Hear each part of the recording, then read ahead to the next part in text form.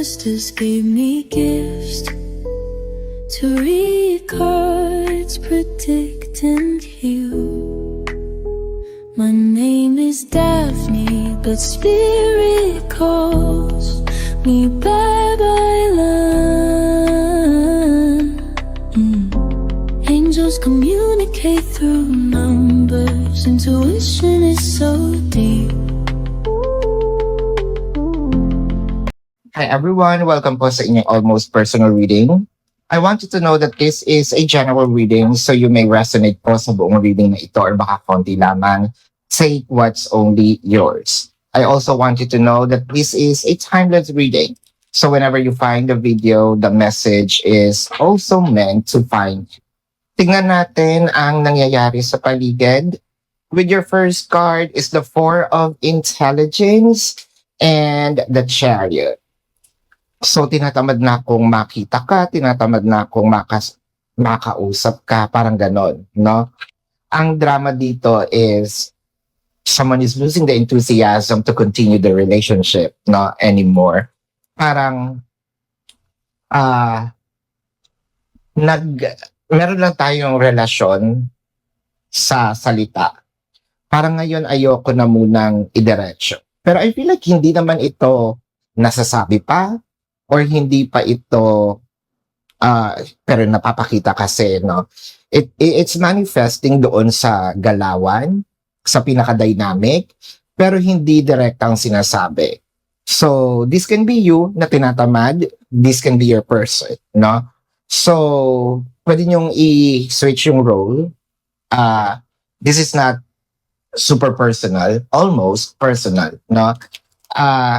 In a way, general pa rin naman siya. So, what I'm reading is the dynamic, hindi yung pinaka-position niyo, no? So, wala naman kasing specific na taong nagtanong nito. This is still a general reading. With the Queen of Wisdom. Yung isa hindi nagbago eh. Nakita natin dito, yung isa parang, I still want to continue. In fact, I am still in love with you. Nothing has changed. The way how I loved you is still the same. Pero yung isa parang naboboringan na, no? Yun yung nangyayari. With the King of Intelligence. Oh, talaga ba? Bakit ganun? Kasi with the King of Intelligence, it used to be a very wise decision. It used to be a very structured, a very consistent relationship.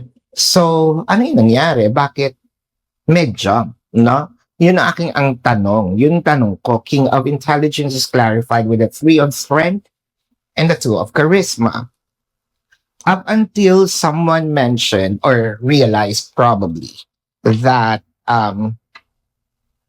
is this relationship meant for me, or baka kasi ngayon nagsisink in dito sa taong ito yung ready ba ako talaga sa ganitong klaseng commitment, or is this person the one destined? No, yun nga is parang yung una ding tanong niya.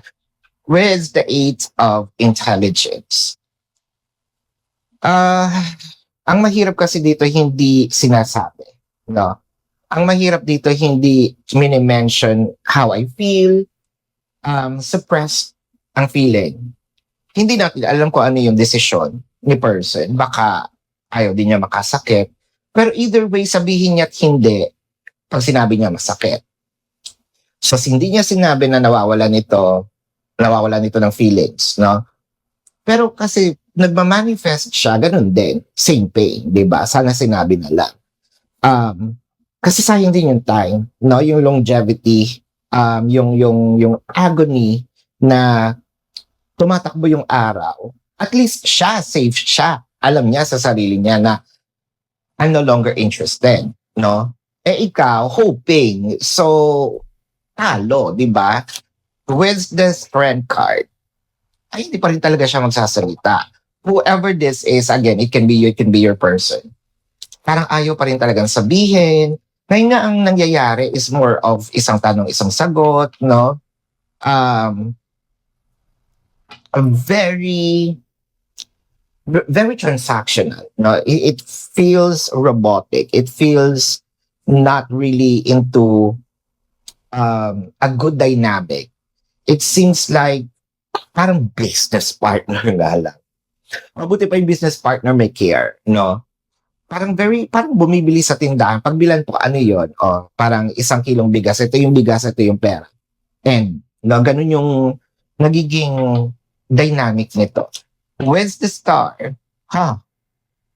It is because that someone also, sabi nating, loving the person or appreciating the person. So, meron ditong lumaki ang ulo.